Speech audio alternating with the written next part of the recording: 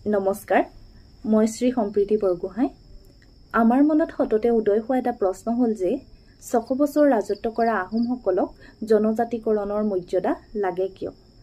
আসলতে শৈক্ষিক ক্ষেত্ৰত বা নিয়োগৰ ক্ষেত্ৰত কেইখনমান আসন সংৰক্ষণৰ কাৰণে টাই আহোমসকলে বা ৬ জনগোষ্ঠীয়ে জনজাতিকৰণ দাবী কৰা নাই আমি এই দাবী কৰাৰ মূলতে হ'ল আমাৰ হেৰাই যাবলৈ ধৰা ভাষা আৰু সংস্কৃতি পুনৰুদ্ধাৰ কৰা তথা সংৰক্ষণ কৰা তাৰোপৰি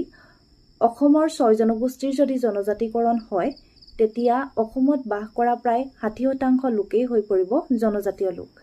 আৰু তেতিয়া চৰকাৰে আমাৰ অসমখনক এখন জনজাতীয় ৰাজ্য হিচাপে ঘোষণা কৰিবলৈ বাধ্য হ'ব